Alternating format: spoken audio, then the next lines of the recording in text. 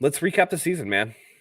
Overall, for me, I thought they got off to a really rough start, and it looked like it might like everybody was going to be on the hot seat, right? Like Shanahan and everybody, but they pulled together. And overall, I think this was a solid B+ season. I think they exceeded expectations a little bit, especially for me because I said before the season, this is not a Super Bowl roster. Don't expect them to make the Super Bowl. And then they almost did. So I was pleasantly surprised in a lot of areas, but then those same frustrations came about. So I think for an NFC championship team going forward, I think this is going to be one of the biggest types of changes that we're going to see. We're going to see a lot of roster turnover. We've already seen a lot of coaching turnover.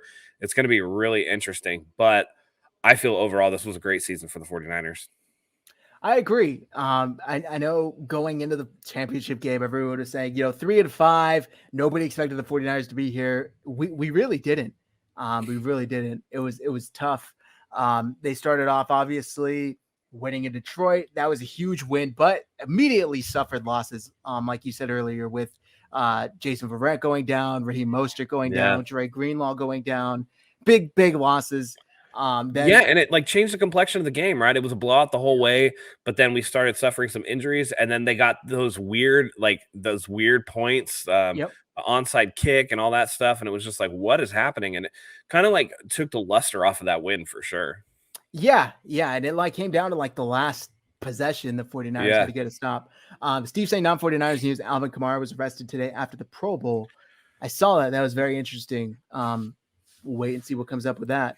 Yep. And then, after that, the Niners went on the road to Philly, and basically Deebo Samuel beat Philadelphia Eagles with that one long catch and run, if I remember correctly. Yeah.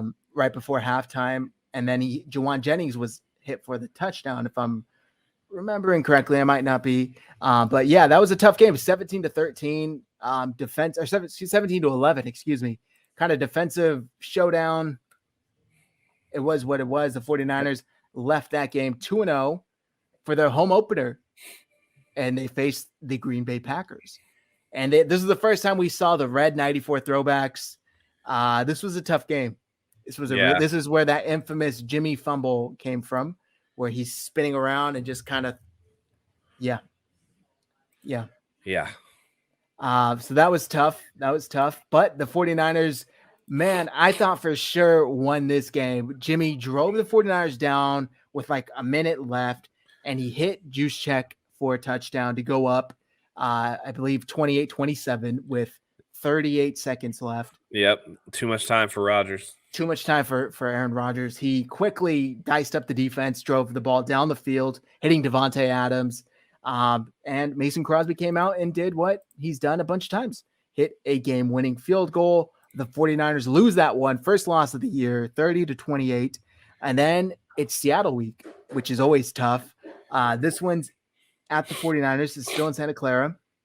This is a tough game as well. Jimmy Garoppolo, if I remember correctly, gets injured late in the first half. Doesn't come back out, I think, at halftime because the offense was completely stagnant. And also, I'm remembering correctly, the defense had 5 straight 3-and-outs for the Seahawks, in which the offense did absolutely nothing with. Trey Lance did supplant Jimmy in the end of this game. Made it a little exciting, got a touchdown, and I believe he almost scored another one to tie it up, but it ended up not happening, and they lost 28-21, falling to 2-2. And then they went on the road to Arizona. And this was the first time Trey Lance got a start because of Jimmy Garoppolo's injury. And this was kind of the game that everybody was completely puzzled with the use of Trey Lance. Do you remember that, Matt? Yeah. That was the beginning of his kind of funks. With the play calling and really, the first, against Detroit, even as recently as the game against, he had to come in for Seattle, but when the 49ers were down in the first half to Green Bay, near the end of the half, he brought in Trey Lance, and Trey Lance ran that keeper into the end zone for a touchdown. It seemed like Kyle was actively working to get him involved, but the Arizona game was really, the game that kind of showed, I don't know that Kyle is ready for this. He ran the game in a way where it was just so many just designed quarterback runs where it was pretty obvious. He's just like, I don't know, he's athletic. Let him go out there and run, rather than trying to maximize what Trey did well. And I think it was kind of a blemish. And we started getting to the point because this was I believe this was the third loss in a row where it's just like, all right, I don't know, man. Is Kyle running out of juice here? Like, is he? Serious questions about Kyle started coming in, and I think it kind of led to this. And it really turned into, when Jimmy came back, a situation where, they just didn't use Trey Lance anymore. He didn't see the field again until he made his second start against the Texans. It was tough, man. And just kind of evidence of that, Trey Lance led the 49ers in rushing in that Cardinals game with 16 carries for 89 yards, which was just wild. We later found out, at least according to the Niners, that it was because Trey Lance had an injured finger and couldn't really throw the ball. Believe it if you want. The 49ers have kind of been weird with injuries, especially at the quarterback position this whole time. But yeah, and even with all that said, a couple of boneheaded fourth down decisions to go for it kind of cost the 49ers this game, and they ended up losing 10-17. It was a close one, though. Right. And honestly, I think that made him more gun shy on fourth down for the rest of the season. Case in point, 4th and 2 in Rams territory where he doesn't go for it. Yeah, definitely. It was really weird. Joey says that he went for it on 4th and an unusual amount of Cardinals game. Yeah. And I don't know why, but that's kind of what Kyle decided to do. And it bit him. I think they were like 0 for 4 that game or something like that. 0 for 5. It was really wild. And then the game after that, they had the bye week after that. And this is kind of the game that all of us had kind of circled in the preseason as when Trey Lance would replace Jimmy Garoppolo as the starter. Yeah. And it was the home game against the Colts. And looking back on it, he got whooped. He should have replaced him as the starter because that was an ugly game, man. That was the game in the, vortex, solar monsoon, whatever the hell people were calling it here. It was just a storm. It really was just a storm, but people here in Northern California aren't really used to those. So they had some fancy word for it. They got whooped 30-18 at home. It to be honest, it kind of pulled away at the end. It was closer for most of the game. But man, that was a tough game. Jimmy Garoppolo finished 16 of 27, 181 yards, 1 touchdown, 2 picks with a quarterback rating of 9. Single digits, which is just wonderful. Like his playoff QB quarterback rating in the 4th quarter. That's exactly it. And it started off good for the Niners too. Started off 9-0. Yeah. And then even at going into going into the second quarter, 12-7, but quickly went away for them. Like I said. Oh, we lost Zach. All right. Well, I can't really change this, so let me lean to a side. So bar's not up there yet. I hit back up wrong page, and I was trying to back out on ESPN. It backed out on StreamYard. Oh no. Yeah, Itchy 95, atmospheric river. That's what they were calling it. That's right. Yeah. The funny thing is, every time Jimmy plays in rain, he throws a football like it's a medicine ball. It just dives. Yeah. So bad. It's wild. But they got the season back on track the next week in Chicago, where we saw Justin Fields against Jimmy Garoppolo. And I actually don't think this was the season back on track game. No, you're right. It wasn't. They beat up a bad Bears team that was transitioning Justin Fields into a role, and the 49ers were able to take advantage of Justin Fields. And really, they put up a lot of points, but giving up that many points to a Justin Fields led offense, it's one of those things where it's just like, yeah, that's cool. But they, you think Justin Fields, you have to limit him in all aspects of the game. They gave him 100 yards rushing to him and a touchdown. So there were still some issues there. And I don't think that it was, and we're going to talk about them coming up, I don't think it was until that first Rams game where we really got the season back on track. Right. Yeah. They put up 33. They won by 11. But up until basically 14-11 left in the 4th quarter, it was a 1-score game.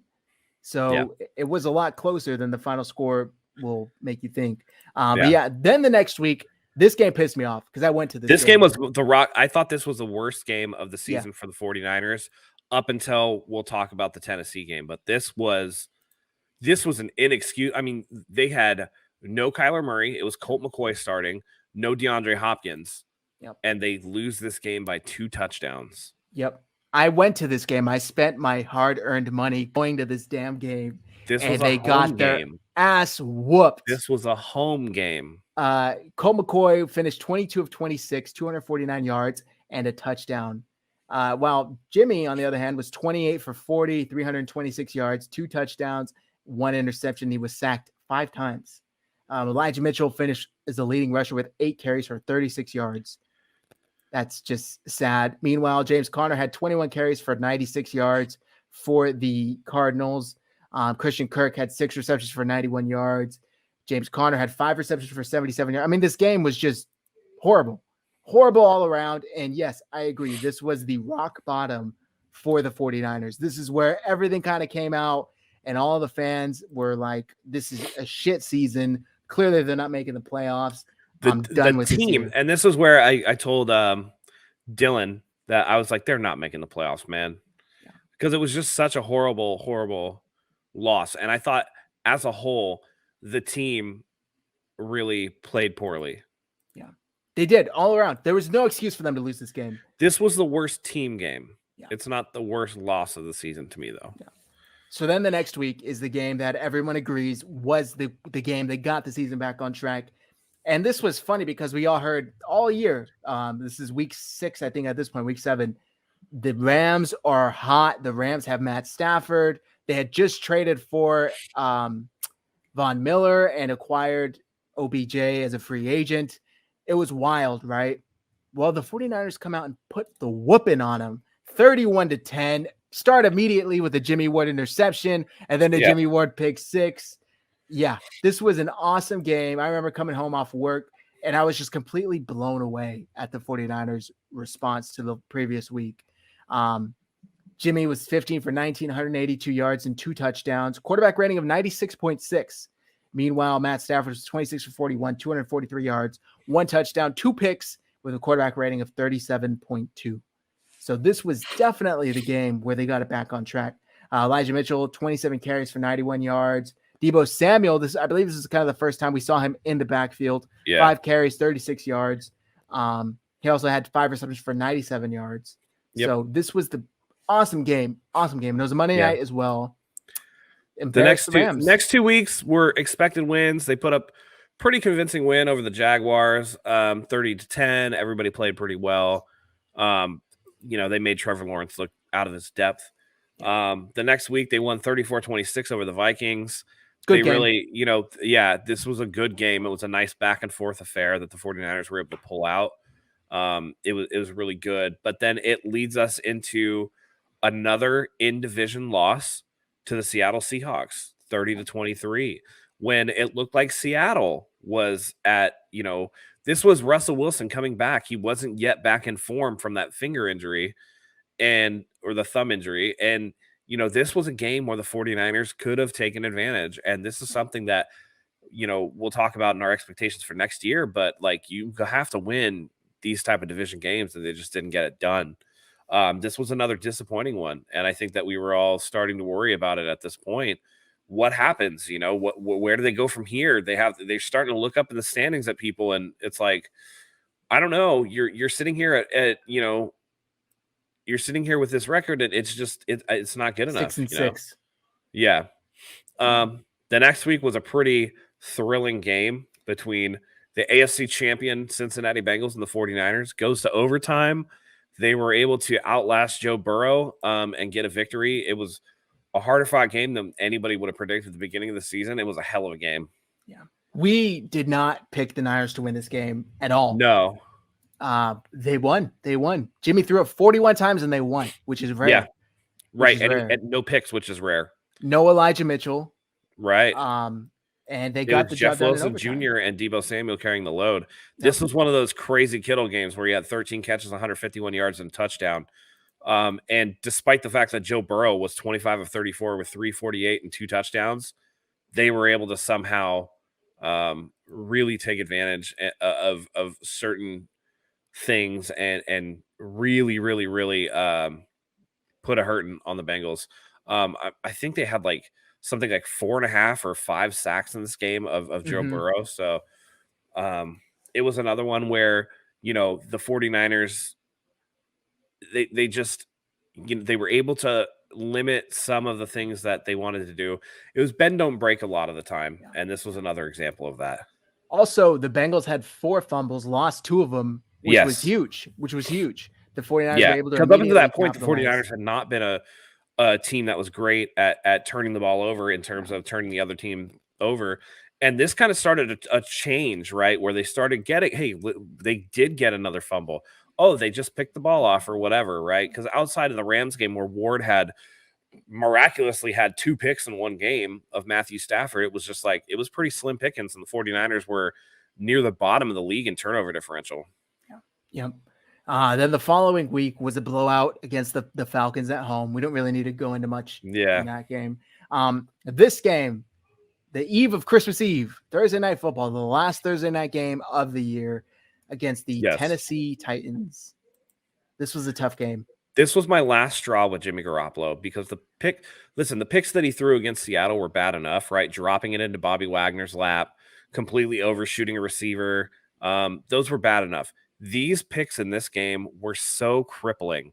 It was a must-win game. The 49ers were 8-6 before this game, in control of their own destiny.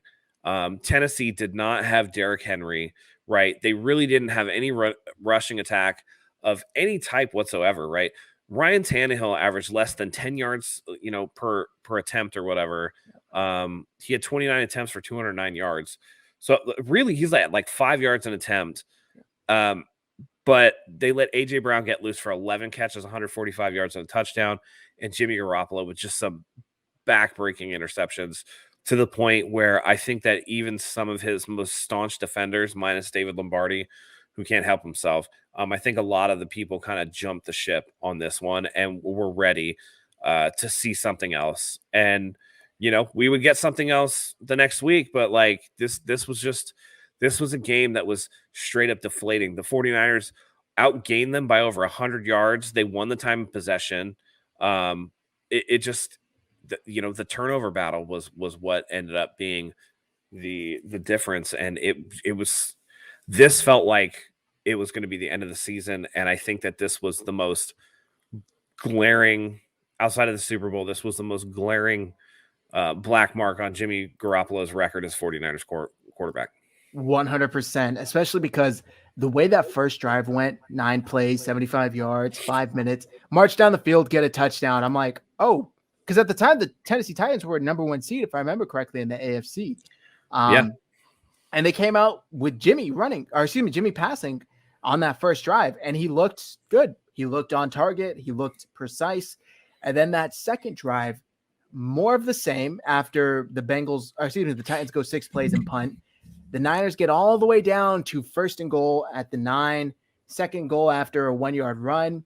Jimmy Garoppolo throws it to a blanketed George Kittle, who is completely covered by Janoris Jenkins, or Jack Rabbit Jenkins. I think he actually changed his name, but completely covered. There's absolutely no reason to throw this ball. At no point was George Kittle open, and I think at that point killed all the momentum. The 49ers had a chance to go up 2 scores, 14-0, at the very least 10-0, and instead the Titans got the ball. So, and by the way, this was Jimmy played a fairly clean game against the Falcons, but this Tennessee game was the first game that Jimmy would start, and he would have at least 1 interception in every single other game that he started, including the playoffs for the rest of the season. This was just the beginning of the end for him as the quarterback. Ugly loss. And the thing that came out of it was that he ended up with that thumb injury, right? Yep. So the very next week, we get to see Trey Lance get his second start against the Houston Texans, and he didn't disappoint. Not me, anyway. I thought he played a pretty good game. He did have an interception. That was a pretty bad throw. It was a pretty bad throw. There's no getting around it. But he cleaned it up. He was 16-23 for 249 yards and 2 touchdowns. He had he had a few absolutely gorgeous throws. He had a nice rollout to Elijah Mitchell that looked really good down in the red zone. Elijah Mitchell had 21 carries for 119 yards. And, this was just a really nice game for the 49ers. It was a nice get back on track and wash that disgusting loss out of your mouth. Once again, they doubled the yardage that Houston was able to get. They actually lost time of possession, but it was because they were moving down the field so quickly with Trey Lance. They had 61 plays, but I mean, they had so many different drives, and it just seemed like they were able to move the ball in a way that sometimes Jimmy Garoppolo was not able to. And the real key thing was that Trey Lance looked pretty bad in the first half, and we were all like, "Oh God, what's going to happen?" But they came out with adjustments. Houston was up 7-3 at halftime, and they came back out and outscored them 20-0. So they made adjustments. Trey Lance showed that he has grit and was able to overcome a lot of the expectation that was heaped upon him. And he did a great job. He did a really good job in a must-win game because at this point, the 49ers were 8-7 and didn't control their own destiny. They had to keep up with everybody. So by winning this game over an imminently beatable Texans team, they were able to kind of keep their playoff hopes alive. Also, you touched on it earlier. Brandon Naiuk and Trey Lance having that kind of chemistry. Yeah. Brandon Naiuk finished the game, 4 receptions, 94 yards with a long of 43. And he tied with Debo for the most targets with 6. And Debo finished with 3 receptions for 63 yards, long of 45, which was that touchdown. And I agree with you. What we saw from the first half. That touchdown was sweet too, by the way. That touchdown pass was sweet. Something we rarely see as Niners fans. That he threw that from the opposite hash. Yeah. Outside the numbers, like 50 yards downfield. It was great. I guarantee Kyle Shanahan was like, internally screaming in his head, like, oh my God, I finally have a guy that can do it. Just want to take a quick break to thank today's sponsors. We got to thank, of course, MyBookie. You can go to MyBookie.AG right now, sign up with promo code Hive, as in 49ers Hive, and you will get your first deposit matched all the way up to $1,000. You deposit $200, I'll match you $200, all the way up to $1,000. You can do the math, and you'll also get a $20 casino chip. This is only through the Super Bowl.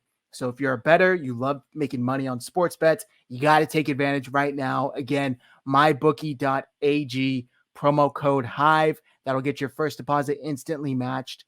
Take advantage right now, guys. Trust me, it will not be around for much longer. Bet on anything, anywhere, anytime with MyBookie. Yeah. So this all set the 49ers up for a Week 18 showdown in LA against the Rams with a win and get in scenario. I'm sure you all remember, it was just a few weeks ago, but still looking back on it. And this game, I don't think I've ever been as pissed off as I was in the first half of this game, because I thought this fell on coaching. I thought they came out completely flat. They looked like completely unprepared. They had no idea what they were expecting and what they were supposed to do. And it was evident in how they came out. And they came out down 17-0, if I remember correctly, right? Yeah. 17-0 in the first half. The Rams were unstoppable. And then second half comes out. The 49ers, going into the end of halftime, they get the field goal, which is something. Give them credit. And then come out with that drive to start the second half, 7 plays, 75 yards, took 4.5 minutes. And that was with the Debo Samuel around the edge up for the touchdown. And all of a sudden it's a 7-point game. It's 10-17. Were you as excited as I was at this point? I'm like, I was there. That's right. Yeah. I went from the lowest of lows, like to the point where I was cursing at Jimmy. He had one interception where he got hit and the ball floated. He threw another one, triple coverage to Kittle later in the game. It looked like, for different points of this game, it looked like Jimmy and Matthew Stafford were playing hot potato with the W, and neither one of them wanted to hold on to it. They kept trying to give it back and forth to each other. But this game, like you said, I went from being just so pissed off, like I was in the Tennessee game, right?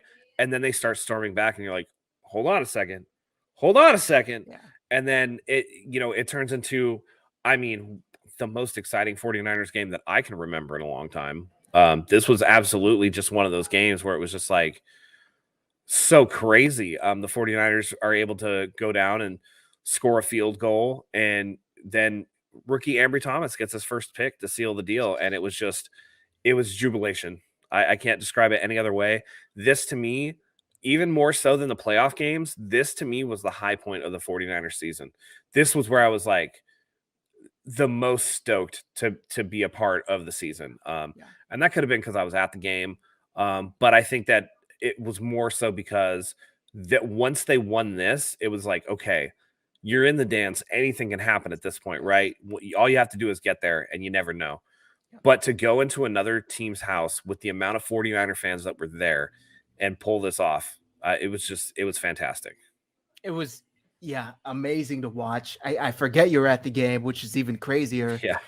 But the Niners just completely stormed back. And I got to give Jimmy credit because he was making some tough throws, fitting the ball into small windows, and he led the 49ers back. And we've heard players like Juice, players like George, players like Debo kind of come out and say, like, we know when Jimmy's in the huddle, there's that kind of sense of calm that he brings, which some fans might laugh at because of what he does with the ball sometimes. But I think this game is a perfect example of why they feel that way, because they know they have a shot.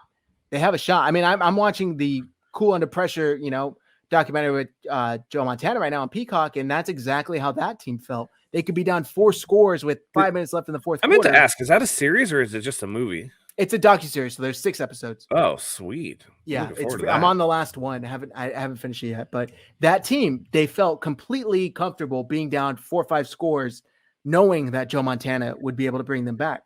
And that was this game. The 49ers somehow came back. I mean, it was 17-3 at half, and going into the fourth quarter, it was 17-24 Rams. They had outscored them 17-7 in the entire second half. And that last drive was just magical. If I remember Jimmy Garoppolo for anything, it's probably going to be that last drive. And here's the other thing. This was Juwan Jennings' come-out party as that third wide receiver, that reliable guy. He had 94 yards and 2 touchdowns. And this was a day, I mean, Naiuk with 107, Debo with 95, Jennings with 94. This was like the potential of the offense unleashed, and you just realize this, because even with the turnovers, right, I realized, man, the defense is really good. The offense, if it can limit its turnovers with these weapons, they can be really, really dangerous. And so this was why it was just like, this is the high point of my season. If anything else happens, I was like, even if they lose in the first round of the playoffs, it was worth it just for this game alone. And it was just incredible. Yeah, I agree. And then we get the Dallas game. Dallas where the 49ers, for the first part of it, just straight up dominated. I mean, after that first drive, they just marched right down the field and scored. Yeah. And it looked so easy. And they were up 16-7 at halftime, and it looked like, all right, everything's looking good. But it was kind of the opposite of the Rams game, where it was just like, it looked like they took their foot off the gas, right? And Jimmy goes from a performance where he has 316 yards, right? And he had the 2 picks, right? That's fine. But 316 yards to 172, no touchdowns, and another just very poor interception. Horrible interception. Also, this is the game where he suffered the shoulder injury. Yeah. Was it throwing? No, it wasn't throwing the interception. It was just throwing on taking a sack. Yeah, that's right. Because he was worried about the thumb, and then he tried to, brace himself, and he injured his shoulder.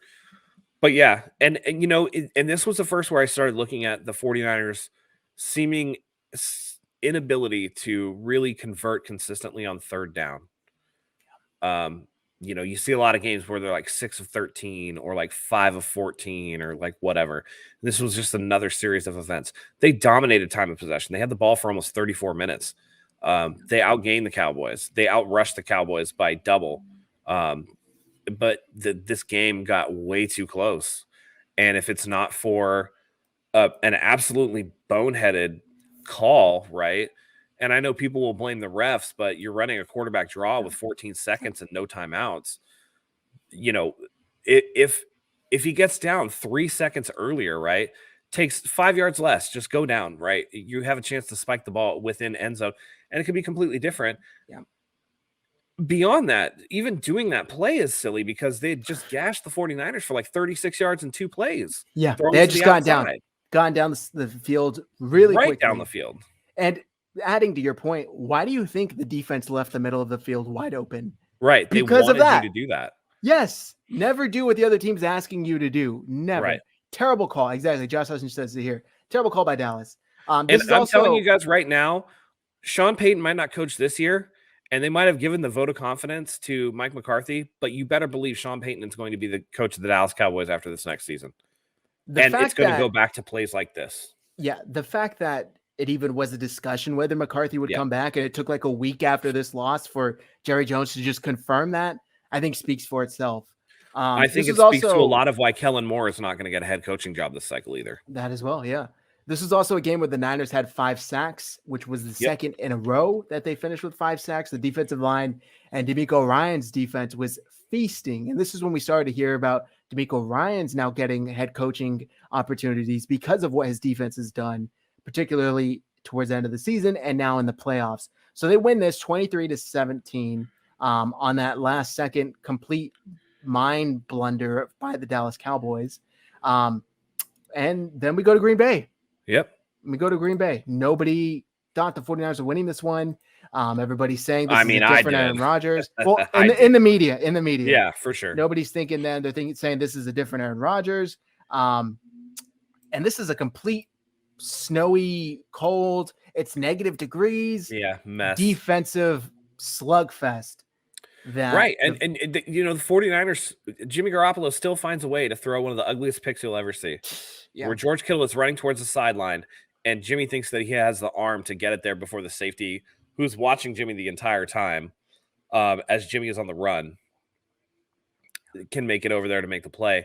It's one of those things where, like, Jimmy escapes a sack, and same thing happened in the Rams game, where Jimmy escapes a sack, right, rolls out, gets out of trouble, and is looking down the field, and I'm just like, throw it away. Yeah, throw it away. Yeah. He's not going to throw it away. Oh, God. He's not going to throw it away. He's not throwing it there, is he? Oh, no, he threw it. Oh, pick. Okay.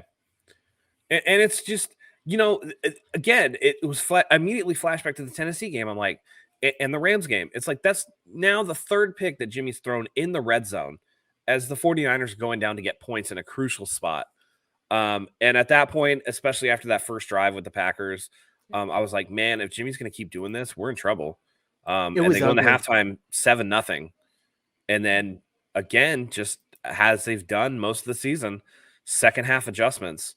And for whatever reason, Aaron Rodgers just puckered up, man. He got tight, started making mistakes. At one point, I can't remember which corner it was. I think it was Dante Johnson got hurt. Yep. And they had to bring in Josh Norman. And the first play, they go after Josh Norman, who's gripping and grabbing like he always does, but actually got beat by Davante Adams.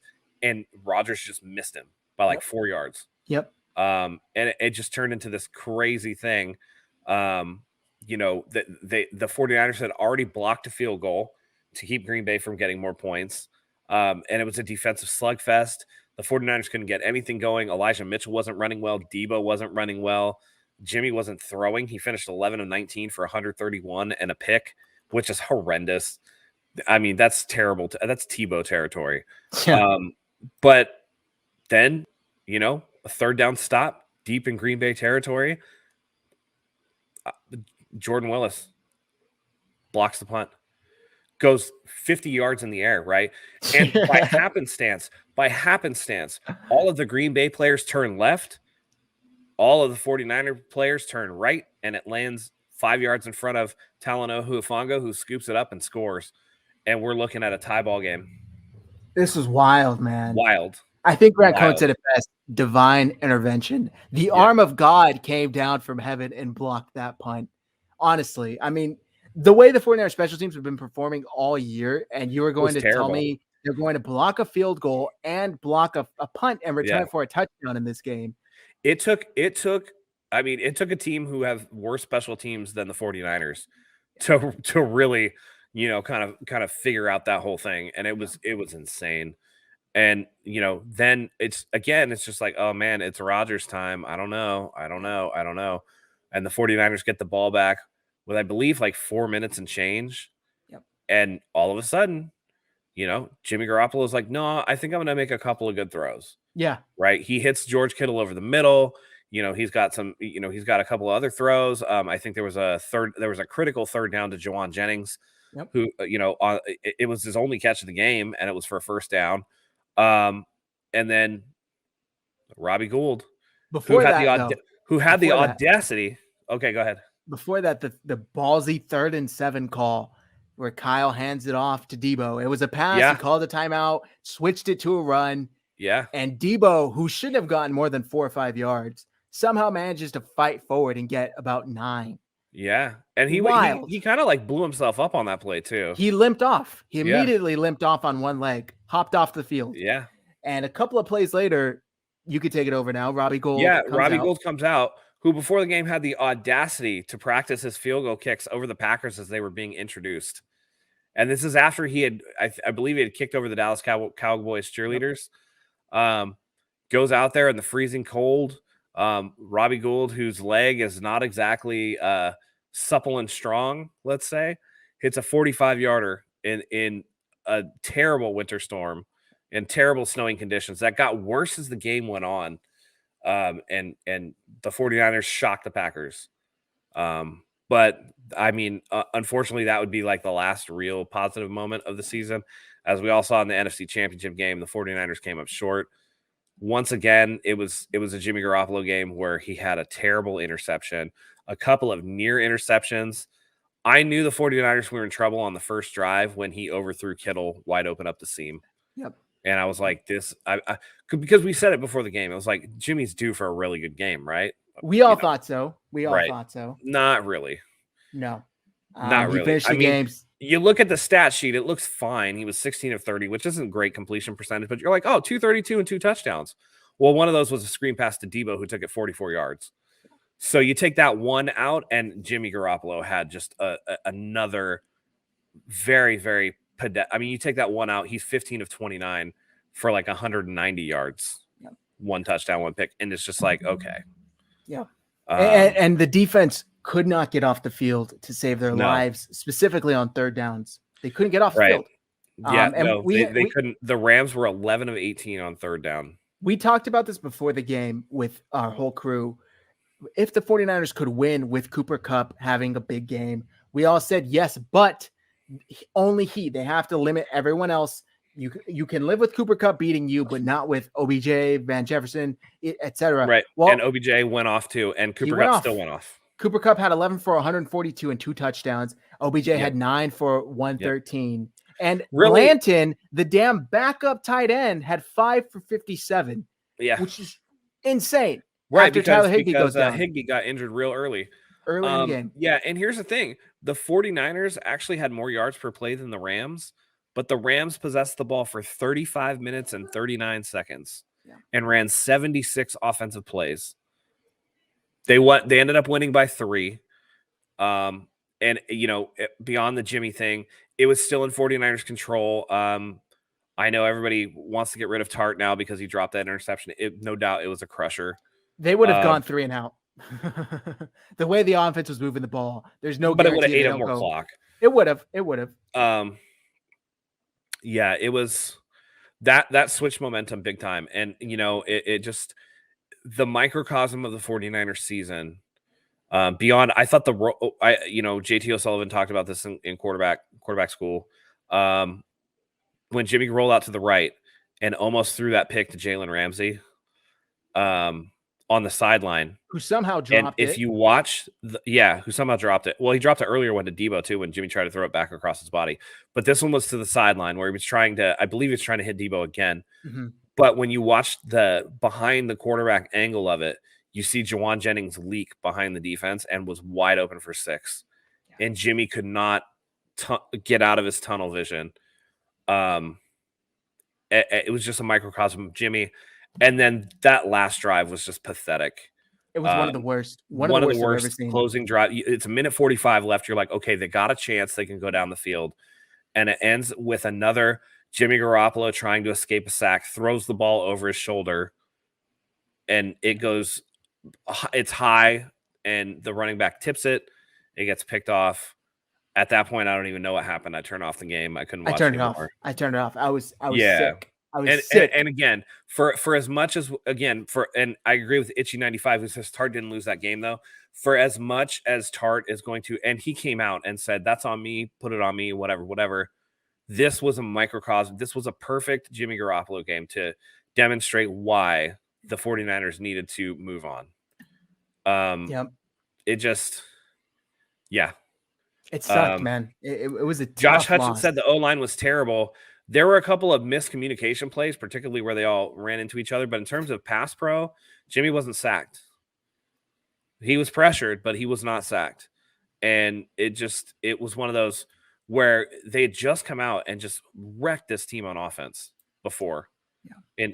And you know what the formula is. And this was why we say don't just line up Deebo Samuel in the backfield and hand him the ball. It was very unimaginative offensive play calling at first. There was the 4th and 2 that Kyle didn't go for. There was just a bunch of things that happened. And this was just disappointing. Yeah. And it felt like from the beginning of the game that it was not the 49ers day. No. The Niners finished with 20 carries for 50 yards rushing. The longest rush of the day was 9 yards. That's not a winning formula. It just isn't. And we saw what happened. What happened. And even with all that said, though, it took the Rams a last-second field goal to win. So it is what it is. It's really fitting. Yeah, Joey says last 2 drives, Jimmy went 1 for 6 for -3 yards and that horrendous pick. Yeah. Also, Deebo Samuel's last touch came at 14 minutes in the 4th quarter when he ran for a first down. That was it. Last touch. 2 weeks ago, even 3 weeks ago, or excuse me, the last 2 weeks, I should say, Green Bay and then Dallas, you put the ball in Deebo's hands to close out the games. This week, apparently not. So absolutely, you live by the Jimmy, you die by the Jimmy. Yeah, and now the Jimmy Garoppolo era is dead in San Francisco. So we're gonna move on from Jimmy Garoppolo. It's a disappointing end, I think. But overall, I would say it was a successful season simply because I didn't feel like after that horrendous loss to the Cardinals that the 49ers were going to do anything. Yep. From 3-5 to the three points away from going to the Super Bowl. Yeah. And honestly, I said this before and I firmly believe this. The loss still hurts right now, but whoever loses the Super Bowl on Sunday, that's the only loser of the season that people are going to remember. Yeah. They're never going to remember this 49ers Rams game.